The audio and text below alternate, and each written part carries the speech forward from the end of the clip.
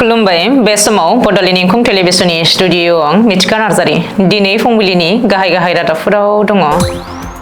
Drugs फालांगि खालामनायाव सोमोन्दो गोनां सानै पुलिसखौ सासपेन्ड। लामफेलाव CRPFनि 120 बेटालियन केम्पआव गुलि गावनाय जाथाय। मसलपुराव UPPL दोलोनि जयनिं हाबाफारि। नामरुप इउरिया प्लान्टआव मिरु सोरखारा 10,000 कौटि रां फोसावदों। एयारफोर्सआ लखिमपुराव नैथि मुलुग दावहा समनि बमा बेफ्रुहोदों। मिरु गुवाहाटी पुलिसआ नोगोरमायाव गोमानाय उन्दै हिन्जावसाखौ रैखा खालामदों। दानिया फैदोनि आबुं रादाबाव। अरुणाचल प्रदेश रायजोनि क्रादादि जिल्लायाव ड्राग्स फालांगि खालामनायाव सोमोन्दो गोनां सानै पुलिस मावफारियाफोरखौ सासपेन्ड खालामदों। मिथिनो हानाय बायदिब्ला गोजौ थाखोनि पुलिस मावख'गिरिफोरा शुक्रबारखालि बे सासपेनसन अर्डारखौ थि खालामदोंमोन।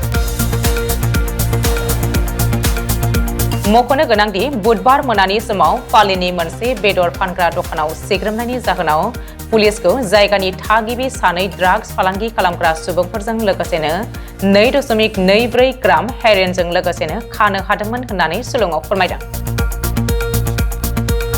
बबेखानि ड्राग्स फालांगि खालामग्रा गुबै दायनिगिरिया खोमसि आरो गोबां अखा हानायनि जाहोनाव पुलिसनि आखाइनिफ्राय खारखोमानो हादों होननानै क्रादादिनि SP सेफ्रास परमिया रिपर्टआव फोरमायदों।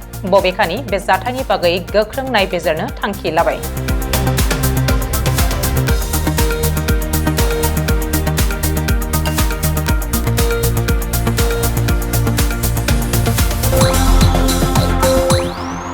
मणिपुरनि सोनाब इम्फल जिल्लायाव मोनसे बादायाव सासे CRPF एबा सेन्ट्रेल रिजार्भ पुलिस फर्सनि जवाना गावनि लोगोफोरनि सायाव गुलि गावदोंमोन, जेराव सानै मावख'गिरिनि जिउ खहा जानायजों लोगोसेनो 8 सुबुंफ्रा गोब्राब जोखोम जादोंमोन।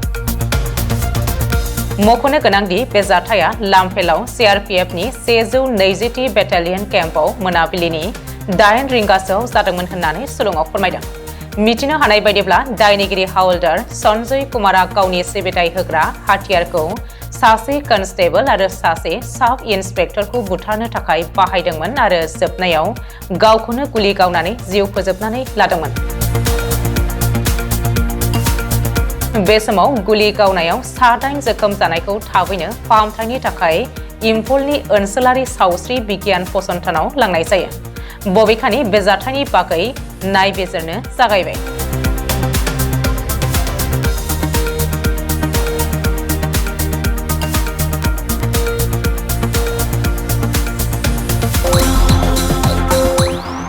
बाक्सा जिल्ला सदर मसलपुरनि दुर्गा मन्दिर लांगोनायाव UPPL दोलोनि मोनसे जयनिं हाबाफारि जानानै थाङो। बे जयनिं हाबाफारियाव मसलपुर जिल्ला BPF दोलोनि आफादगिरि एबा बारग' MLA हितेश बसुमतारिया UPPL दोलोनि आफादगिरि एबा BTRनि गाहाय मावफुं सोद्रोमा प्रमद बर'नि नुजाथिनायाव गोबां मददगिरिफोरखौ लानानै UPPL दोलोआव जयेन जायो। बेजों लोगोसेनो BPF, GSP आरो गुबुन गुबुन दोलोनिफ्राय खमैबो 400 दैदेनगिरि मावथिफ्रा UPPL दोलोआव आखाइ हमफैदों। बे हाबाफारियाव BTCनि गाहाय मावफुं सोद्रोमा प्रमद बर'आ जों BTRआव गासैबो थाखोनि जौगानायनि थाखाय खामानि मावगासिनो दङ आरो बे बिथांखिया जोबनाय नङा होननानै बिबुंथि लाखियो। बे जयनिं हाबाफारियाव BTCनि लेङाइ मावफुं सोद्रोमा गबिन्द चन्द्र बसुमतारी, मन्त्रि UG ब्रह्म, MLA भुबेन बर', जलेन दैमारी, मावफुं सोद्रोमा राकेश ब्रह्म, आसामनि बारग' केबिनेट मन्त्रि चन्दन ब्रह्म, BTCनि बारग' लेङाइ मावफुं सोद्रोमा खाम्फा बरगयारी, UPPL दोलोनि नेहाथारि राजु नार्जारिजों लोगोसेनो गोबां UPPL दोलोनि दैदेनगिरिफ्रा बे जयनिं हाबाफारियाव बाहागो लादोंमोन।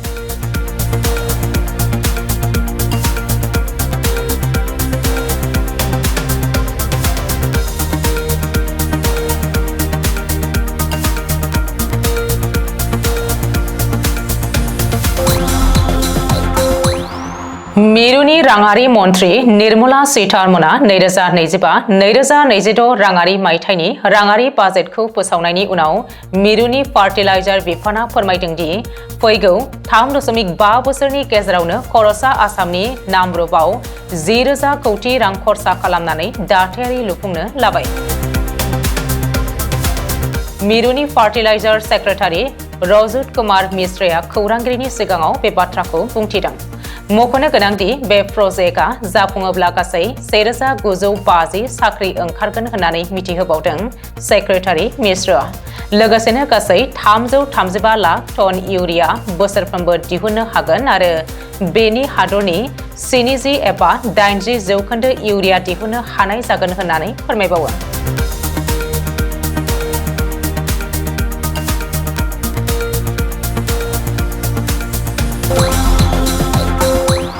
लखिमपुराव नैथि मुलुग दावहा समनि बमा बेफ्रुहोदों एयार फर्सआ।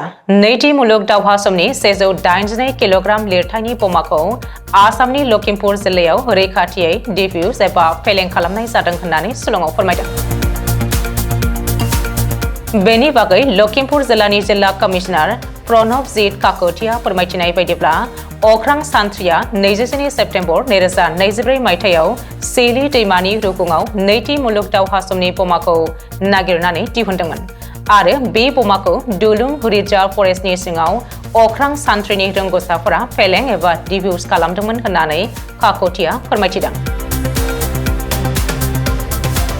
बेखौबो मख'नो गोनांदि बमा बेफ्रुहोनाय खामानिनि सिगां हाग्रानि जिब जुनारनि रैखाथिनि थाखाय गासैबो गोनांथार सांग्रांथि लानाय जादोंमोन आरो बमाखौ फेलें खालामनाय जायगानि सोरगिदिं थानाय फ्राय 3.5 किल'मिटार ओनसोलखौ लांदां खालामनाय जादोंमोन आरो बेयो जेबो जेंना गैयाजासे मोनसे जाफुंसार खामानिमोन होननानै खोन्दोआरि हाग्रा मावख'गिरि मनज कुमार गोस्वामीआबो मिथिहोदों।